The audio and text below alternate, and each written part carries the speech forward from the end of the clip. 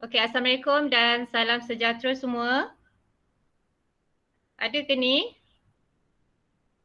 Waalaikumsalam. Ada. Okey. Okey, Salam. semua hadir ke? Dah klik apa ni button kehadiran untuk menandakan anda telah hadir pada petang inilah untuk taklimat apa ni untuk sesi pembelajaran tajuk baru kita. Semua dah ke?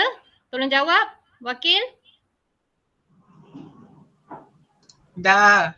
Okey, terima kasih. Okey, sekarang ni kita subjek pada petang ini ada subjek baru iaitu pembersihan longkang C02, okey. Di sini saya ada senaraikan 5 perkara. 5 perkara. Nampak ke saya share? Nampak, okey. Okey, yang ini adalah 5 perkara yang anda semua akan ketahui selepas habisnya taklimat kita, kita punya pembelajaran pada petang ni. Ada 5 elemen yang mana tujuan ataupun aim yang anda kena faham lah selepas proses penyampaian saya pada petang ni, okey. Pertama adalah boleh dengar ya? Boleh. Bolehkah dengar? Boleh ya? Okey, pertama adalah anda dapat terangkan prosedur SOP dalam pembersihan longkang. Yang ini pembersihan longkang awam ya, bukan pembersihan rumah. Ini awam. Awam maknanya dekat taman-taman anda semua itulah pembersihan longkang. Memang setiap taman di kawasan kerajaan memang ada melakukan pembersihan longkang awam. Okey, kedua adalah jadual dan lokasi pembersihan longkang dan ketiga adalah sumber pembersihan longkang. Sumber ni adalah bermaksud daripada sumber itu sendiri yang menjalankan ataupun menggerakkan pembersihan longkang itu sendiri iaitu pekerja alat peralatan. Dua elemen tu adalah penting untuk menjalankan sesi pembersihan longkang awam. Okey? Okey, seterusnya adalah empat elemen yang keempat adalah jenis pembersihan longkang. Jenis pembersihan longkang ni adalah seperti longkang yang dekat luar kawasan perumahan anda tu seperti longkang tertutup, longkang terbuka dan sebagainya. Nanti saya akan terangkan lebih detail lah tentang jenis-jenis longkang ni. Okey. Dan akhir sekali adalah jenis kemudahan lain. Jenis kemudahan lain ni bermaksud di mana setiap contohnya anda nampak dekat sungai. Sungai ada satu jembatan kecil di antara sungai belah sana ke sini, itu adalah satu jenis alat untuk menyekat sampah-sampah sarap mengalir ke kawasan yang lebih besar seperti laut macam tu. So di mana dekat situlah fungsi dia. Okey. So sekarang ni sebelum saya teruskan penyampaian saya petang ini, so saya minta anda semua pelajar-pelajar semua haruslah menitik beratkan disiplin sepanjang sesi pembelajaran kita petang ini. Anda kena jaga tata tertib walaupun anda duduk di rumah, kena jagalah kelakuan apa benda semua, kena jaga dan beri kerjasama kepada semasa saya menyampaikan untuk tajuk baru kita pada petang inilah. Tajuk baru, saya ulangkan baliklah, tajuk baru adalah pembersihan longkang di mana saya pecahkan kepada tajuk awal dia adalah tata cara pembersihan longkang awam. Okey?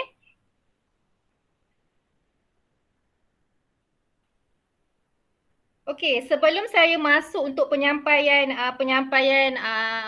seterusnya, saya nak tanya pada anda semua sebelum ni anda pernah lihat tak di kawasan-kawasan perumahan anda ada tak pekerja-pekerja yang membersihkan pembersihan longkang di kawasan anda? Ada pernah nampak tak? Pernah. Pernah. So, pernah ya? Selalunya diorang datang ke kawasan pembersihan tu setiap hari ke ataupun satu kali sebulan? Sekali sebulan. Sekali sebulan. Okey, bagus. Ini memang baguslah. Okey, so sekarang ini kita akan masuk kita punya pembelajaran seterusnya iaitu saya kejap ya, saya buka PowerPoint. Boleh nampak ke? Nampak. Nampak ya? Okey, saya besarkan sikit lah. So sedia maklum saya telah cakap tadi kan, ini tajuk baru iaitu kita masuk C02 iaitu pembersihan longkang awam. Ini pembersihan longkang awam lah. Tajuk utamanya adalah tata cara pembersihan longkang.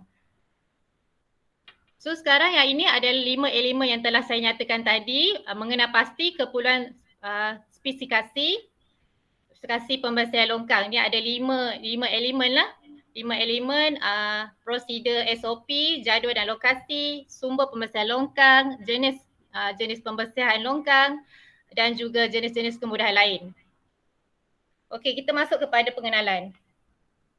Okey, pengenalan isu pembuangan sampah yang tidak terkawal di merata tempat termasuk ke dalam salian air longkang, parit maupun sungai dan laut bukanlah perkara yang baru. Kesan kepada alam juga tidak dapat disangkalkan, malah seringkali dijadi penyebab berlakunya bencana yang amat merosakkan dan merugikan pihak kerajaan. Di mana sekiranya pembersihan tidak dilakukan apa benda dikuatiri akan menyebabkan banjir. Banjir tu bila berlakunya banjir, kemungkinan kawasan-kawasan tu telah merosakkan kemudahan-kemudahan lain di sana, di kawasan-kawasan tersebut lah. Contohnya bila di kawasan tersebut ada dibekalkan tong sampah, bila berlakunya banjir disebabkan longkang tersumbat, kemungkinan tong itu menjadi rosak, berkarat dan sebagainya. Faham? Okey kan? Faham ya? Okey. So sekarang ni pembersihan longkang perlu dilakukan terutamanya longkang-longkang awam kerana sampah-sampah yang sering dilihat selain daun-daun dan ranting pokok, sampah sarap domestik juga menjadi satu faktor utama berlakunya longkang tersumbat.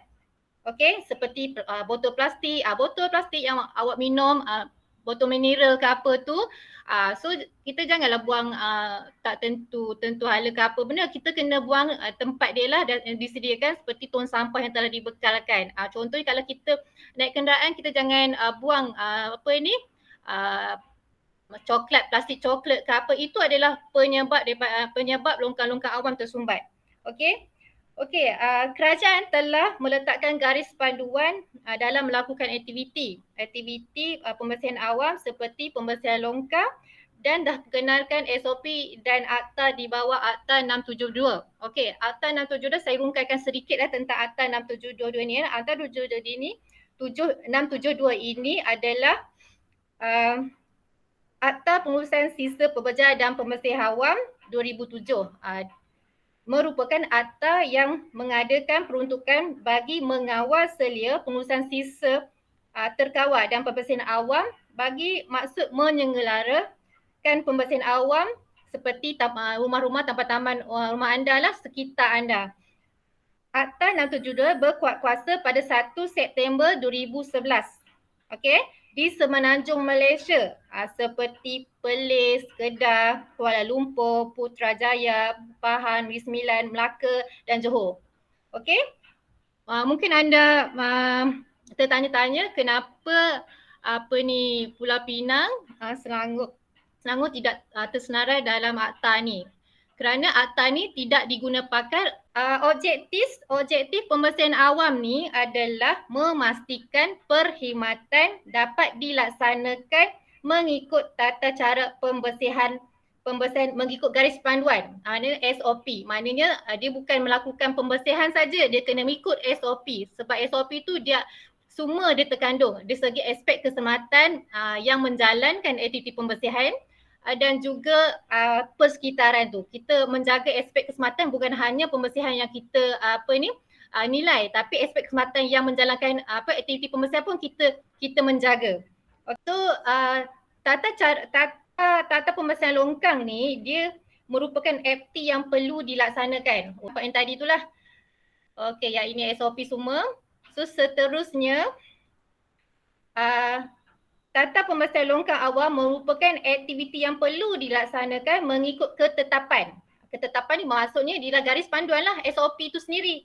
Seperti dia ada beberapa elemen yang perlu kita bila kita nak lakukan pembersihan awam, contohnya esok awak nak melakukan pembersihan awam, dapat kerja dekat syarikat pembersihan awam. Antara kriteria yang perlu anda jalankan semasa melakukan aktiviti pembersihan, dia banyak banyak langkah-langkah yang perlu anda ikuti kerana sebab dia dah dikaji untuk orang cakap keselamatan, dia menjaga keselamatan anda tu lah.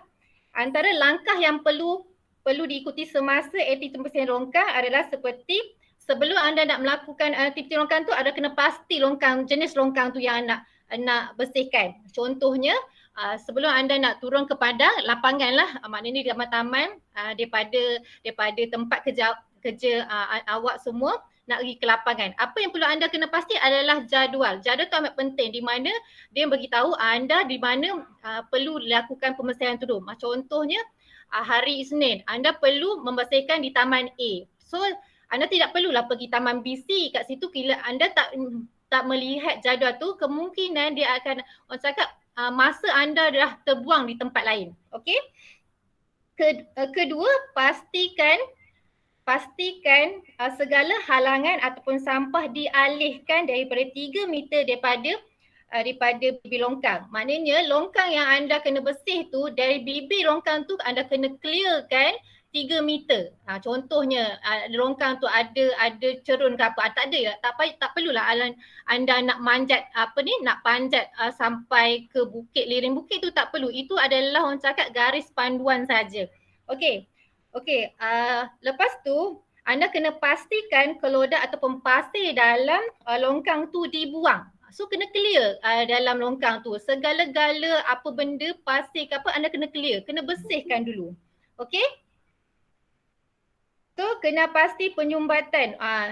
Dan kena pasti penyumbatan, keselamatan dijaga. Keselamatan dijaga tu maknanya anda kena pakai pakaian PPE. PPE tu kelengkapan pembersihan lah. Jangan pakai baju t-shirt tu terus nak cuci sebab kita takut kemungkinan bila kita tak guna aspek tak guna pakaian yang sepatutnya, mungkin berlakunya kemelangan di tempat kerja. Walaupun tempat tu tak ada orang cakap tak ada tak adalah tempat yang heavy ataupun tempat yang sesak ke benda, tapi kemungkinan dalam longkang tu kita tak tahu ada binatang-binatang berbisa kan. Itu yang pentingnya pakaian PPE. Okey, seterusnya ialah selepas anda dah settlekan pembersihan tu, akan ada satu pasukan mengutip sisa longkang tu tadilah. Dalam 24 jam dia diwajibkan untuk mengutip. Sekiranya tidak mengutip, kemungkinan orang awam akan buat aduan, kemungkinan berlakunya longgokan sampah sarap di tempat yang anda letakkan tu. Itu menyebabkan orang awam, mungkin awam, yang menyebabkan akan berlaku masalah. Tak tahu kan benda tu akan berlaku. So itu adalah aspek-aspek yang perlu anda kena tahu dia punya tata cara pembersihan daripada A to Z, dia punya cara sebelum dan selepas aktiviti pembersihan. Okey, yang ini adalah jadual yang ni saya cakap tadi, jadual kerja pembersihan longkang. Dah nampak jadual ni ada 6 aspek dalam papan tanda. Saya rasa dekat taman anda ada kan papan tanda macam ni. Pernah nampak ke? Boleh jawab seorang? Pernah nampak. Pernah nampak, alright. So papan tanda ni dia ada berapa elemen? 6. So pertama dia mesti ada orang cakap frekuensi pembersihan longkang. Okey, seterusnya mengikut format sistem. Aktiviti pembersihan adalah mengikut format yang telah digaris panduan lah. Yang ni jadual perkhidmatan longkang awam, jadual yang macam ni semua kita telah digazetkan dan ikut garis panduan yang telah ditetapkan. So kita tak perlulah kita nak buat sendiri dalam apa benda dalam sistem ke apa, memang dia sediap ada lah. Ini jadual, papan tanda, jadual rujukan, apa benda semua ada. So contohnya kalau orang awam tu nak rujuk balik ataupun dia nak buat aduan, dia sebelum dia buat aduan dia kena pasti tempat taman dia tu pembersihan telah dilakukan ataupun tidak. Kiranya tarikh yang dekat papan tanda tu dah melepasi tempat dia bolehlah buat aduan ataupun apa saja masalah di tempat dia, macam longkang tersumbat ke apa semua. Inilah jadual anda boleh lihatlah dekat sini nanti. Ya ini lokasi pembersihan longkang. Pembersihan longkang ni ada lokasi, dia ada zon pembersihan longkang, lokasi dan kawasan perkhidmatan longkang. Zon pembersihan longkang ni tu macam saya cakap lah tadi, dia ada di kawasan Kuala Lumpur, Melaka dan sebagainya lah pembersihan longkang. Dekat sini ini ada apa ni? 3 kriteria pembersihan yang dilakukan, pembersihan awan akan dilakukan lah. Yang ni kawasan perumahan, kawasan kedai, kawasan perindustrian. Perindustrian ni lah maksudnya selalunya pembersihan longkang adalah, cuma kutipan tak adalah, sekarang kita hanya highlight untuk pembersihan longkang. Kita pergi pada sumber lah. Sumber ni macam saya cakap tadi lah, sumber ni ada 3 elemen ni lah, pekerja, alat peralatan dan bahan pakai buang. Okey, pekerja ni macam tadi lah, pekerja yang menjalankan aktiviti pembersihan atau menggerakkan aktiviti pembersihan tu lah dekat tempat awam. Contoh dia membersihkan longkang-longkang tempat awam, contoh taman A, taman B. Dia akan bersihkan. Untuk aktiviti pembersihan dia akan lakukan 1 kali sebulan. Ingat ya, 1 kali sebulan. Dia takkan buat hari-hari, dia hanya buat 1 kali sebulan ni untuk aktiviti pembersihan. So alat peralatan ni adalah alat peralatan yang sesuai. Macam saya cakap tadi lah, sebelum nak pergi kawasan pembersihan dia kena pasti tu jenis pembersihan yang nak dijalankan. Contohnya pembersihan longkang terbuka, dia kena bawa lah peralatan longkang terbuka. Dia tak perlulah nak bawa peralatan untuk longkang tertutup pula, sebab dia berbeza, cuma ada benda yang sama macam tu. So dia tak ada buang masa untuk nak sediakan yang tak perlulah dekat situ. Okey, untuk bahan habis pakai ni, adalah seperti plastik. Plastik tu bila kita dah buat pembersihan, so kita masuk sisa pembersihan tu ke dalam plastik. Plastik tu kita namakan bahan habis pakai. Okey, faham semua? Okey, so kita pergi seterusnya. Yang ini adalah jenis longkang awam. Selalunya anda boleh lihatlah jenis longkang awam ni dekat kawasan perumahan anda. Contohnya longkang terbuka. Kebanyakan longkang terbuka dia 100 ke 1000 meter. Dia punya ukuran dia lah. Dia punya anggap ukuran dia. Kita boleh kena pastilah dia tak ada penutup. Dia hanya terbuka. Selalunya dekat taman-taman adalah untuk longkang terbuka. Boleh nampak tak gambar ni? Boleh ya? Okey, seterusnya longkang tertutup. Longkang tertutup yang ni yang kat bawah ni longkang tertutup lah. Ni longkang tertutup. Nampak ya? Saya punya anak panah tu pergi kat longkang tertutup. Ada nampak tak? Ke tak nampak? Nampak ya? Okey, good. Okey, longkang tertutup ni dia dekat atas dia memang ada satu slab yang menutupkan. Selalunya longkang tertutup ni dia berada dekat rumah kedai. Rumah kedai selalu kita akan nampak lah longkang tertutup ni. So untuk longkang tertutup itu saya cakap tadi, peralatan berbeza dengan longkang terbuka. Peralatan kita kena pencongkil longkang tu. Ada setengah longkang tertutup dia ada besi, grill besi. Yang ini salah satu saya ambil contoh dia dengan slab batu ni. Anda boleh nampak lah kadang-kadang dekat kawasan taman-taman ataupun siar kaki akan nampak longkang tertutup ni. Ada berbeza cara alat yang diguna pakai ya. Okey, untuk SAM pula, SAM ini anda pernah nampak SAM tak dekat kawasan perumahan anda? Ke tak perasan? Tak perasan ya? Tak. Semua duduk rumah kot. Yelah PKP kan? Semua duduk rumah je. Okey, untuk SAM ni dia ada ruang atau pit dekat dalam kawasan dia ada untuk menyekat sampah-sampah. Satu besi lah dekat situ. Selalunya SAM ni dia ada penghujung longkang. Macam perumahan kan, dia akan ada ujung kawasan nak keluar daripada jalan besar dia akan nampak. Dia petak besar, dia punya ukuran dia lebih kurang 4 segi 1 meter lah. 1 meter 4 segi macam tu. So ia juga dapat memudahkan kerja-kerja, sebab yang itu saya cakap yang pit ataupun penyekat tu dia mudahkan kerja-kerja pembersihan seperti membuang benda asing yang menyekat dekat dasar SAM tu. Selain itu juga ia melambatkan pergerakan cecair ataupun laluan air ke longkang ke arah yang lebih rendah melalui graviti.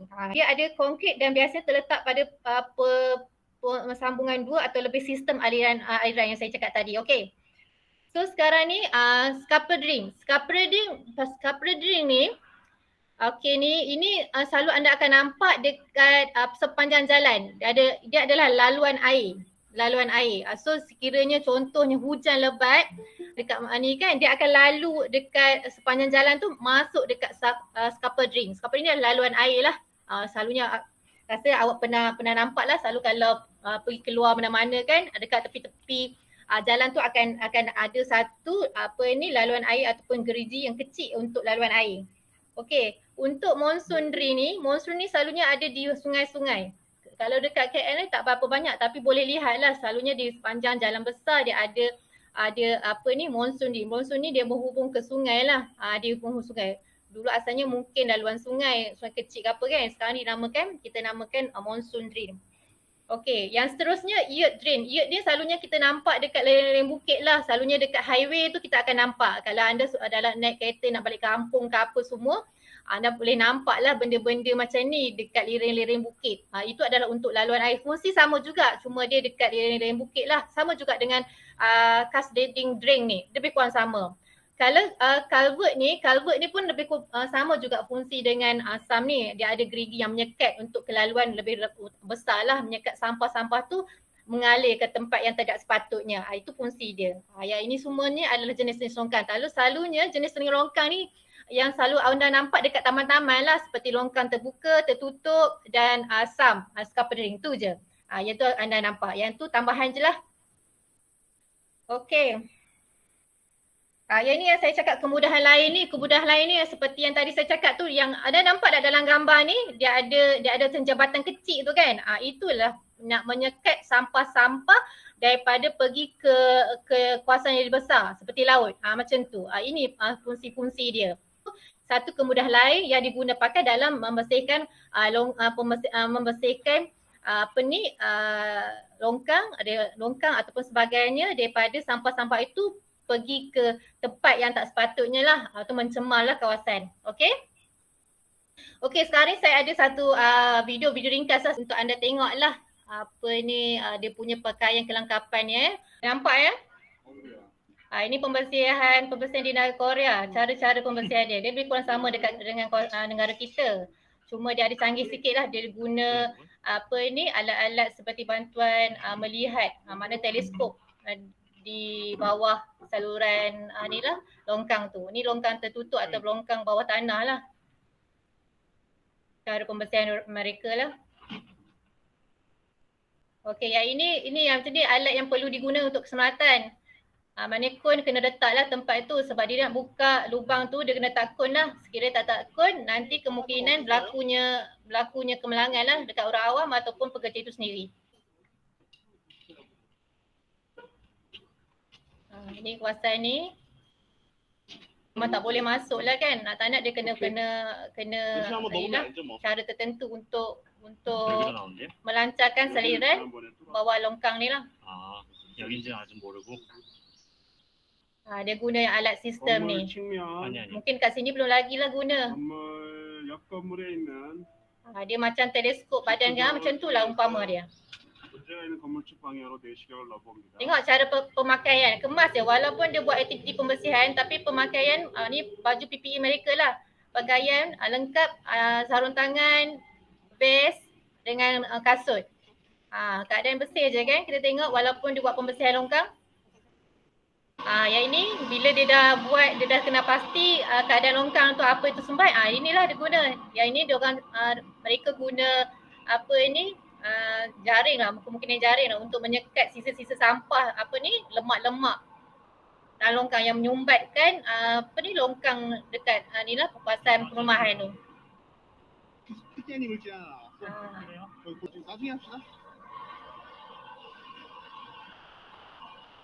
Dekat sini pun diorang letak alat keselamatan. Alat keselamatan ni wajib kena ada ya. Sebab ini adalah fungsi untuk menjaga keselamatan semasa aktiviti pembersihan longkang. Kena ada. Ni keadaan longkang. Yang anda selalu buang sisa-sisa sampah dalam longkang. Macam ni lah dia punya gambaran dia. 대변도 있고요. 음식물 쓰레기들도 있고요. 썩 넓은 판이 Yang ni. Yang ni lah perkara yang selalu sering kita akan dapat dekat longkang ni tersumbat. Punca-punca adalah buang alat-alat yang tak sepatutnya kita buang dekat dalam longkang. Okey, sekarang saya tamatkan dulu untuk video ni ya. Okey, sebelum kita jawab soalan kefahaman ni, inilah saya ada buat Kahoot lah untuk game lah. 5 soalan yang anda kena ni lah sertai masuklah. Ada siapa lagi nak masuk ke? Yang tak ada Kahoot tu, anda boleh chat ni lah, type dekat chat tu. Nanti saya tengok jugalah jawapan anda tu. Ada 5 soalan ya. Soalan ni mudah-mudah saja.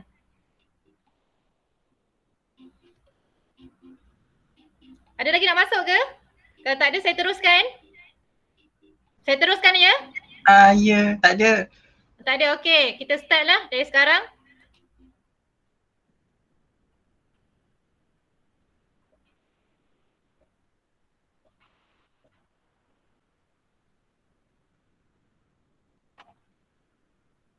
Apakah objektif tata cara pembersihan longkang awam?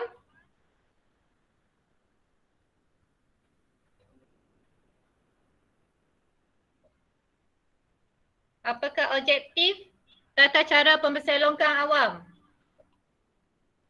Memastikan perkhidmatan pembersihan longkang awam ikut garis panduan ke? Pembersihan ni ke? Alright, ada 5. Okey, semua betul. Bagus. Ada yang jawab memastikan pembersihan jalan ke? Hari kita topik pembersihan longkang ya. Okey. Soalan kedua. Apakah kita perlu memakai pakaian lengkap PPE seperti di rajah bawah? Kejaplah gambar tak keluar. Tengah loading. Okey. Perlu ke tak perlu kita pakai pakaian PPE ni semasa proses pembersihan? Perlu, Oh, perlu. bagus. Perlu, bagus. Memang perlu ya untuk jaga keselamatan anda juga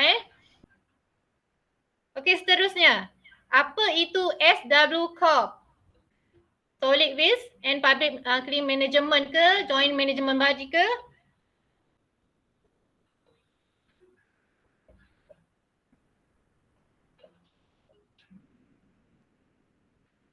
Okey. Seorang ada jawab apa tu?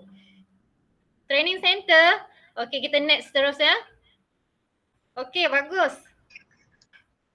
Okey, seterusnya. Nyatakan berapa kekerapan yang saya cakap tadi pembersihan longkang. Berapa kali satu bulan?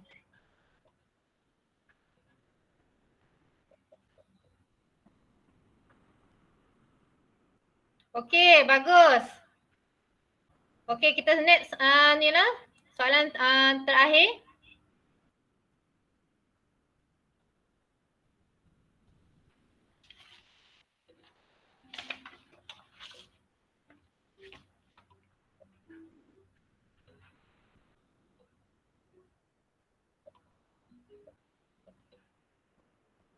Okey, bagus. Talian aduan awam dekat jadual tu. Okey.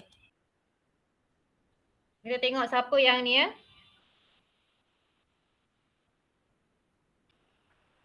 Siapa yang ni? Adakah Datuk? Wah, Wani. Wani dapat. Tahniah Wani. Okey, kita teruskan kita punya taklimat seterusnya lah ya. So, yang ini bila kita dah tamat kita punya quiz ini, saya ulang balik ya. Untuk soalan kefahaman, anda boleh type dekat chat ya. Namakan pakaian PPE pembersihan longkang. Namakan pakaian PPE pembersihan longkang. Apa yang tadi anda nampak tadi itu? Dia pakai apa? Dia pakai apa? Sarung tangan. Sarung tangan lagi? Siapa jawab tu Nadia? Apa tu? Sarung tangan dan vest. Wah, bagus. Okey, untuk soalan kedua. Soalan kedua, ada siapa nak jawab ke? Senaraikan jenis-jenis longkang pembersihan awam. Ada siapa nak jawab? Ada. Ada. Siapa jawab? Azlinda. Azlin. Apa? Longkang terbuka, longkang tertutup, dengan sering dengan sam. Okey, bagus. Itu adalah antara longkang jenis longkang yang ada dekat tempat awam. Ada extra ada yang saya cakap tadi tu dekat lereng liquid tu ya. Yang ni ada benda-benda yang perlu anda tahulah. Okey. Okey, so sekarang ni untuk penyampaian dah habis. Terima kasih. So sekarang ni saya akan edarkan kertas penerangan. Anda tengok dekat link chat tu, saya akan linkkan kertas penerangan. Kertas penerangan ni anda bacalah, saya bagi 5 minit untuk anda baca, dan sekiranya ada apa-apa yang tidak faham tentang isi terkandung dalam kertas penerangan ni, anda bolehlah aju kepada saya. Saya bagi masa anda 5 minit untuk anda selak kertas penerangan. Kejap ya, saya share ni kertas penerangan. Okey, dekat chat saya ada linkkan kertas penerangan. Anda boleh kliklah dekat kertas penerangan tu. Ada apa-apa tak faham ke? Saya bagi anda baca dalam 5 minit macam tu. Boleh? Dapat Boleh. ke? Dapat. Okey, dapat ya. Okey, bagus. Ada apa-apa nak tanya ke dekat kertas penerangan tu? Tak ada. Kalau tak ada, tak apa. Tak ada, saya ulangkan balik apa yang kita pelajari tadilah. Aspek-aspek untuk anda fahamlah, antaranya adalah anda kena tahu 5 perkara, iaitu prosedur SOP pembersihan longkang, jadual longkang dan lokasi. Ini ada perkara penting, sumber pembersihan, jenis pembersihan longkang, jenis-jenis tadilah yang kena anda faham. Sebelum anda nak pergi dekat kawasan tu, anda kena pasti jenis-jenis longkang tu terdahulu, dan juga jenis kemudahan lain. Kemudahan ini adalah satu ilmu tambahan lah. Selalunya kita akan dapat jenis pembersihan longkang yang di taman-taman, rumah kedai dan industri. Okey. So sekarang ni anda dah dapat yang ni, nanti boleh bacalah kertas penerangan tu. Kalau tak ada apa-apa pertanyaan, kita pergi ke seterusnya, iaitu saya akan bagi anda kertas tugasan. Soalan kertas tugasan ni ada tiga bahagian ya. 3 bahagian, nanti saya sharekan. Kertas tugasan ni, saya minta anda pasti check lah dalam tu, setiap muka surat tu terkandung dengan soalan 3 bahagian. Okay, saya dah share dekat chat, anda tengok ya, anda klik. Dapat ke tak dapat? Dapat. Okey, bagus. Okey, kalau dah dapat, nanti untuk kertas tugasan ni, saya bagi masa anda untuk siapkan hantar pada saya esok hari sebelum kelas awal sekolah bermula. Anda masukkan, saya akan linkkan satu folder untuk anda komparkan semua ke dalam folder yang telah saya akan berikan nanti. Semua kena bagilah sebelum sesi kelas esok pagi ya. Kena hantar ikut time ya. Boleh ke semua? Boleh. Kalau tak ada apa-apa lagi, sebelum tu saya ringkaskan sedikit tentang pembacaan tadi. Tadi saya dah berikan sikit kan. So untuk kelas sebelum kita tamat kelas ni, kita akan dapat mengetahui 5 perkara yang saya nyatakan tadilah. So untuk esok kita akan tajuk ataupun kita akan masuk ke sesi baru, iaitu bagaimana kita nak prepare alat peralatan pembersihan longkang. Maknanya kita akan highlight lah apa yang kita perlu bawa ketika kita melakukan pembersihan longkang. So ada apa-apa nak tanya ke sebelum kelas kita tamat? Setakat ni tak ada. Tak ada, good. Kalau tak ada tak apa. Kalau ada apa-apa pertanyaan, anda bolehlah ajukan kepada saya secara directly ataupun secara email pun tak ada masalah. Saya akan jawab setiap pertanyaan anda semua. Ada apa-apa lagi, kita bolehlah tamat kelas kita pada sekarang ni lah, kita boleh tamatkan sesi pembelajaran kita untuk topik yang terbaru ni. Boleh semua ya? Boleh. Boleh, thank you. Boleh. Thank you Wani. Terima kasih semua. Boleh. Okay, apa-apa nanti bolehlah ni lah link kepada saya nanti ya. Okey, sekian. Terima kasih semua.